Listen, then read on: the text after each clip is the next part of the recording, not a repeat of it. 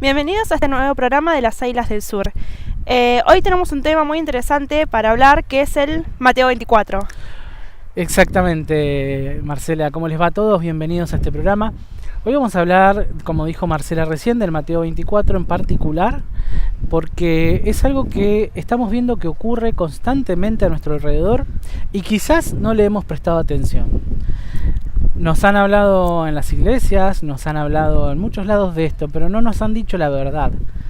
No nos han dicho qué es lo que está ocurriendo en relación a este mensaje que fue escrito hace más de 2000 años y que es importante porque son hechos que ocurren hoy en día. ¿Y cuáles serían estos hechos o este mensaje que...? Porque hay mucha gente que quizás no sabe qué dice el Mateo 24. En Mateo 24 podemos encontrar el momento en el cual los discípulos le preguntan a Jesús ¿cuándo va a ser su segunda venida? Recordemos que tratamos siempre a Jesús de una manera fuera de una religión, ¿sí? Que como un personaje, si bien místico, espiritual y con mucha evolución, pero con ninguna religión. Él enseñó en su momento y contó en su momento cómo iban a ser los acontecimientos que tenían que ver con su segunda venida. ¿Y por qué justamente ahora hablar del Mateo 24? ¿Qué es lo que está pasando como para alertar a la gente, como para que en este programa concientizar a la gente sobre el Mateo 24? En el Mateo 24, Marcela, podemos encontrar muchas cosas que están sucediendo hoy en nuestra actualidad.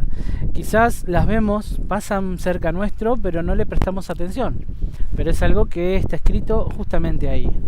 Las guerras, los rumores de guerras, el hambre, la peste.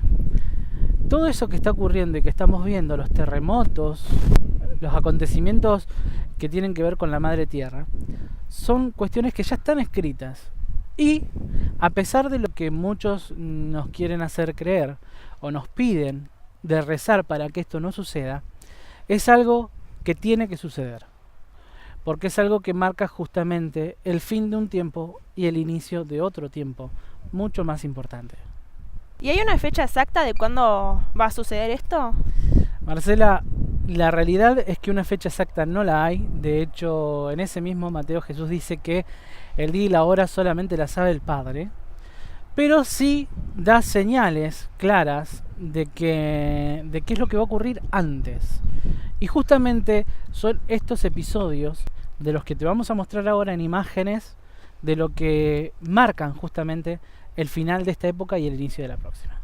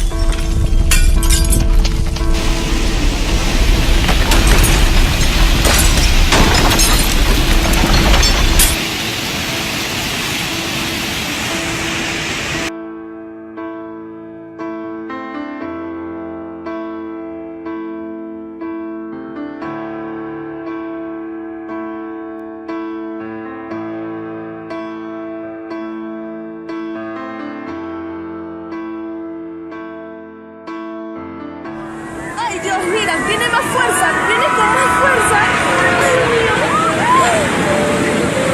¡Ay, Dios! ¡Ay, no!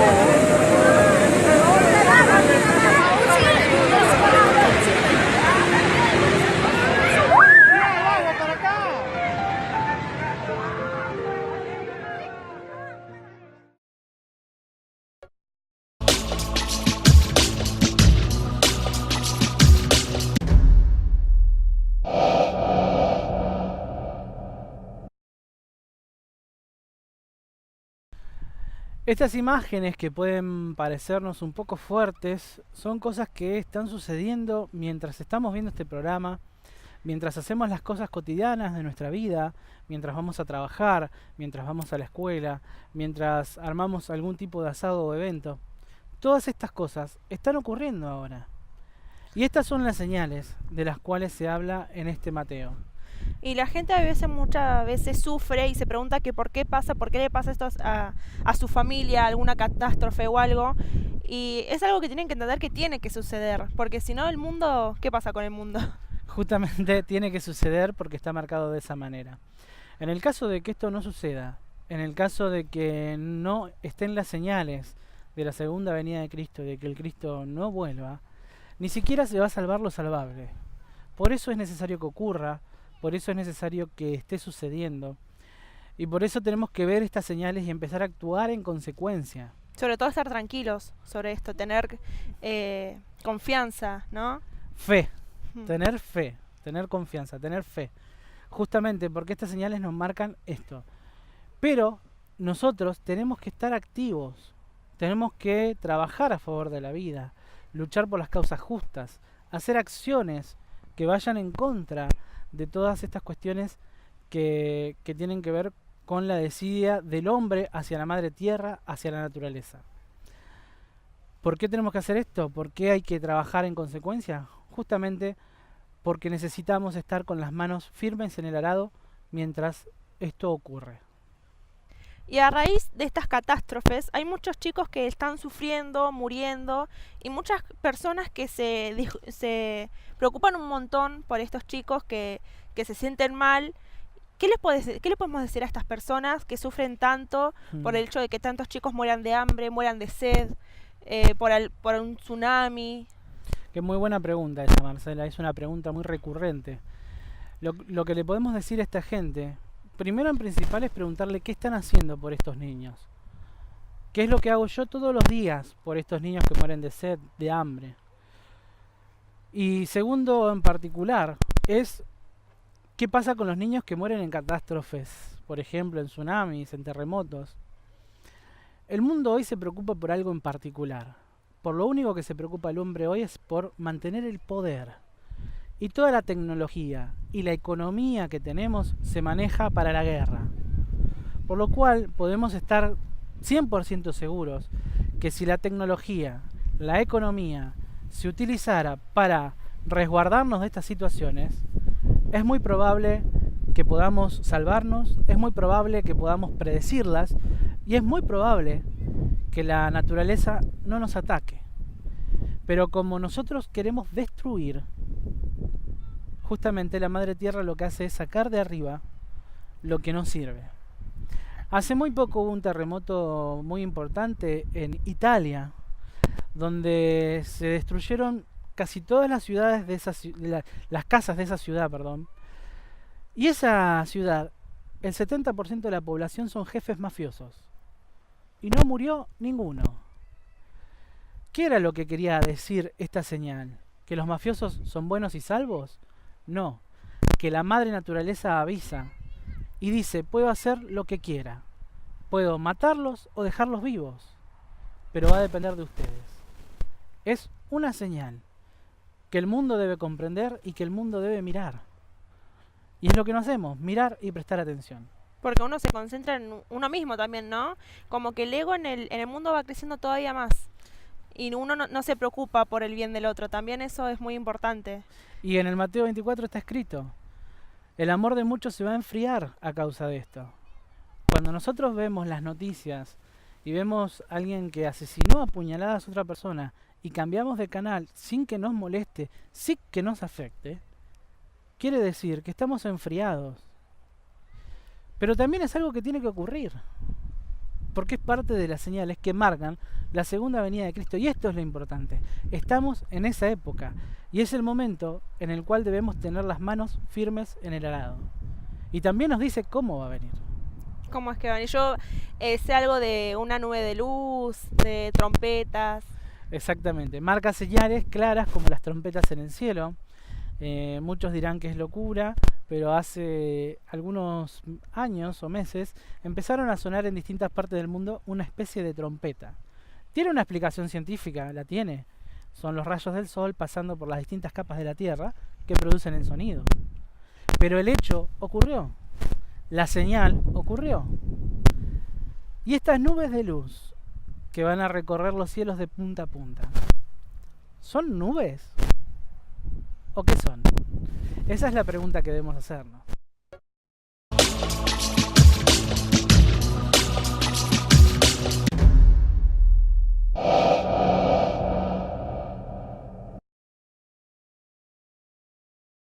Durante miles de años, los profetas de todo el mundo han vaticinado el final de los tiempos. Más de uno sugiere que el apocalipsis se acerca a paso veloz.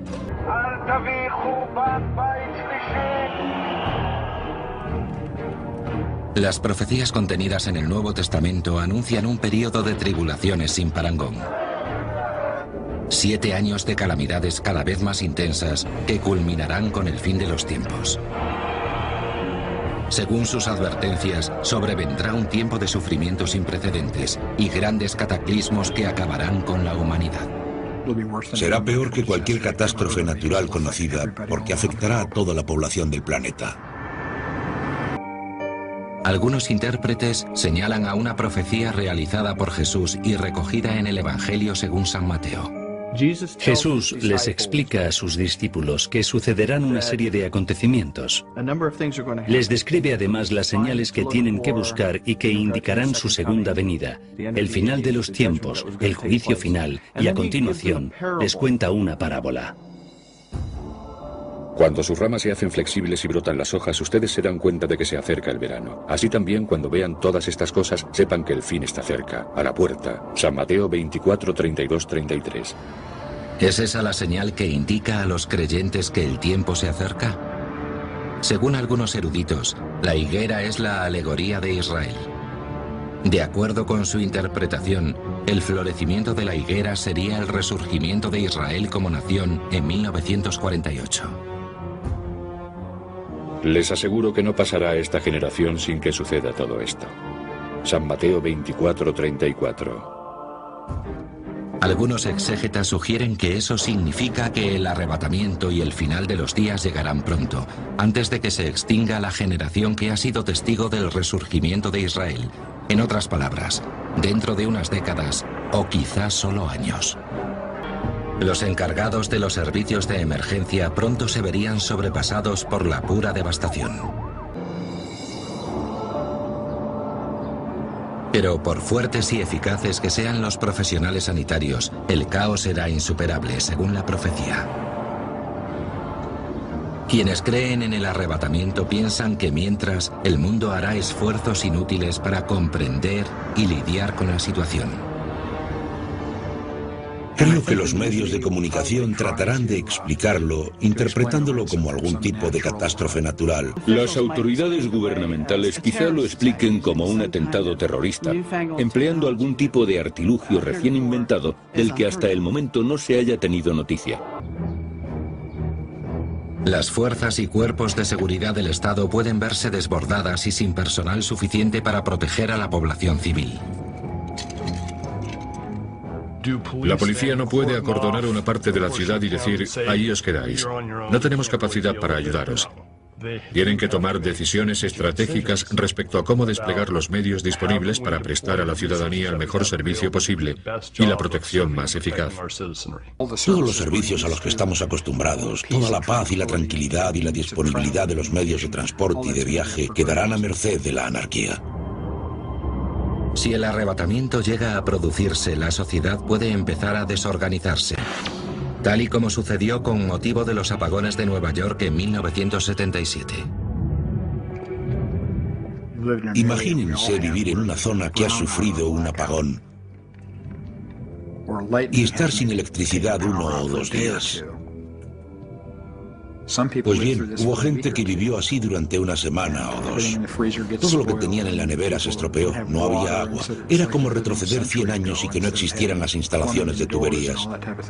Si las autoridades declaran la ciudad zona catastrófica, podrían acceder a los recursos de la Reserva Nacional, lo cual normalmente sirve para proporcionar recursos logísticos, de transporte y todo ese tipo de tareas en las que el ejército es tan eficaz. Pero en este escenario hipotético, los recursos se verían reducidos a un nivel alarmante. Este tiempo de juicio y guerra pronosticado en el Apocalipsis son los 7 años de horror conocidos como tribulación. El Apocalipsis dice que seguirán al surgimiento de un carismático líder mundial llamado la Bestia, un hombre diabólico e impostor que algunos profetas identificaron con el Anticristo. Creo que el arrebatamiento describe la llegada del Anticristo como un hecho trascendental.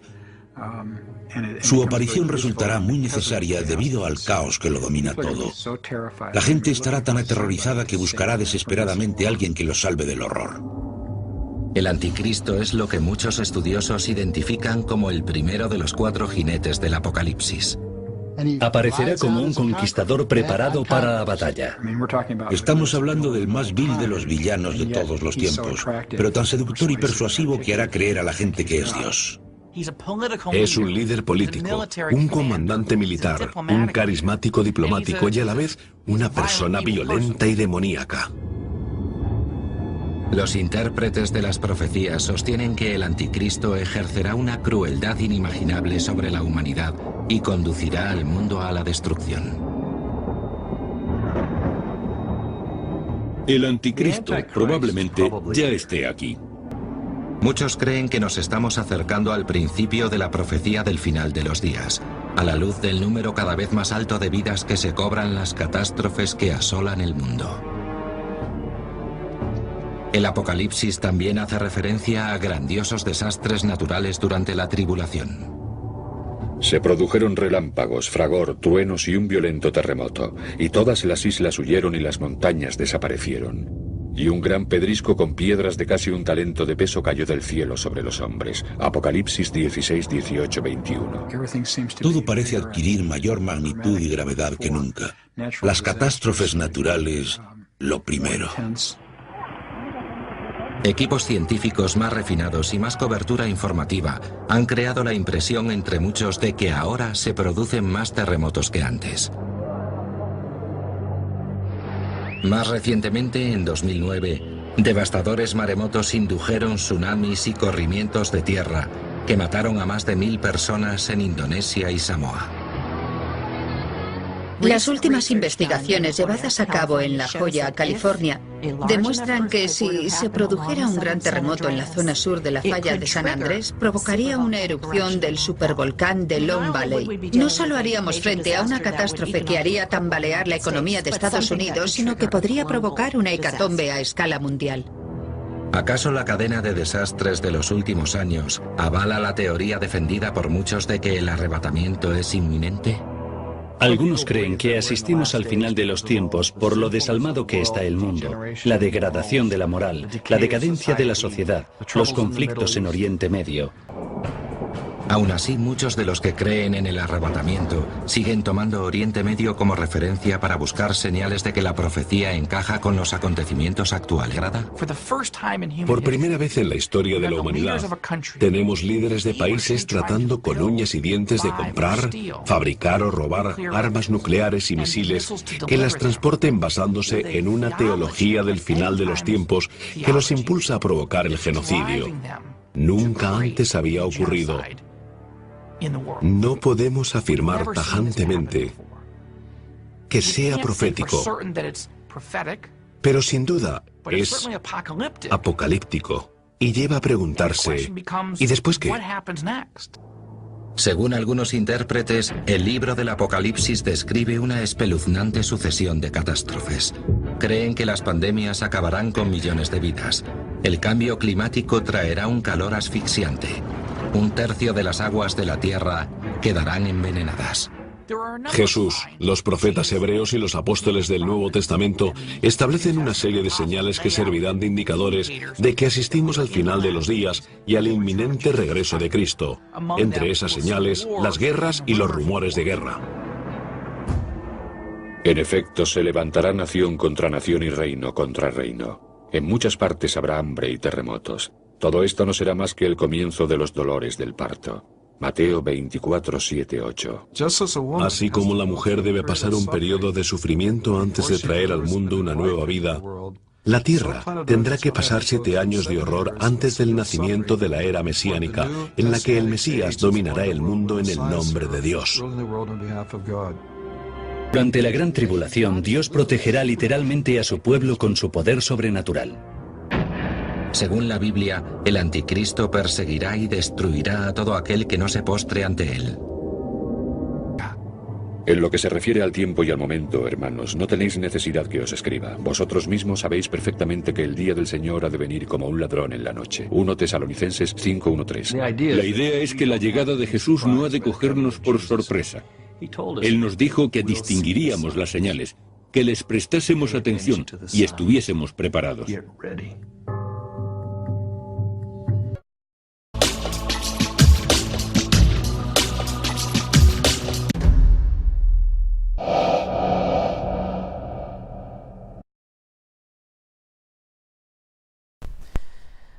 Este programa fue destinado justamente a esto, a remarcar este versículo, este capítulo de la Biblia que tiene que ver con el Mateo 24, las señales que están ocurriendo y que van a ocurrir de la segunda venida de Cristo. Entonces, volviendo a esta situación en la cual me preguntaba sobre los niños, lo que tenemos que comprender es que cada niño que muere en este mundo, y que en particular ahora mueren cada 3 segundos, muere un chico de hambre, son Cristos que están siendo sacrificados. Y estos niños están justamente para que nosotros despertemos nuestro amor, para que nosotros nos despertemos a esta verdad y nos demos cuenta que lo que está ocurriendo es grave, es muy grave, porque no solamente estamos perdiendo lo material, que es este mundo que se está muriendo, que el 70% de las especies del mundo se extinguieron y el resto de las 30% se está por extinguir, sino que además estamos perdiendo nuestro espíritu, nuestra alma se está perdiendo. Y eso es lo grave de verdad. Porque la muerte no existe. Y perder el alma, volver al inicio de todo, de la evolución, es lo peor que nos puede pasar. Entonces, todas estas señales, todos estos niños que mueren, todos estos terremotos que hay, las guerras y rumores de guerra, están justamente para marcarnos que estamos en ese tiempo y que necesitamos estar activos, necesitamos actuar a favor de la vida. Entonces lo que la gente tiene que entender es que no hay que orar para que dejen de haber guerras, para que deje de haber hambre, para que dejen de pasar catástrofes. La gente tiene que orar para que esto siga ocurriendo, para que pueda llegar Cristo otra vez y salvar lo que es salvable, ¿no? Exactamente, lo que ocurre en este Mateo es eso. Hay que orar para que esto ocurra. Pero más que orar, hay que accionar mientras oramos. ¿Sí? Es muy importante este detalle y comprenderlo muy bien. Claro, porque tampoco es que es necesario irte hasta África a darle de comer a un chico.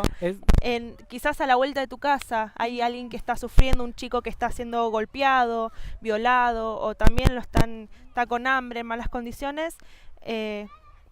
Para ayudar. No solo los niños, también el medio ambiente, también una persona que esté cercana a nosotros. Y no solamente con una persona, puede ser con un animal. Porque es importante entender que todo lo que está cerca nuestro está con vida y nos necesita, y necesita que nosotros estemos activos. Mientras estamos activos, mientras hacemos acciones, podemos orar, podemos pedir, Padre, yo sé que todo esto tiene que suceder. Quiero ser una herramienta, nada más, útil en este momento. Hoy en Ushuaia, a toda la gente que nos está mirando, tiene que comprender que la Unión del Pacífico, que está 100% contaminado por Fukushima, la tenemos justo cerca nuestro. Y nosotros no luchamos en contra de la energía nuclear. Nosotros no salimos a la calle a protestar porque la energía nuclear se termine. Sí salimos a protestar si nos bajan el sueldo, si no nos alcanza para comer. Por eso quizás sí eso también es lo que el sistema busca, ¿no? Exacto, es lo que el sistema busca, que estemos atentos y perdidos en cosas materiales cuando tenemos que avanzar sobre lo espiritual. Por eso es muy importante, y siempre recalcamos en este programa, utilizar el discernimiento, comprender lo que está ocurriendo, por qué ocurre y para qué ocurre. Nuestro mensaje del programa de hoy es justamente, no te turbes por lo que está ocurriendo, porque es necesario que pase, pero también es importante y necesario que estés con las manos firmes en el arado. Gracias, Marcela. Gracias a vos. Gracias a todos los que están del otro lado mirando este programa. Los esperamos en nuestro próximo programa de las Águilas del Sur.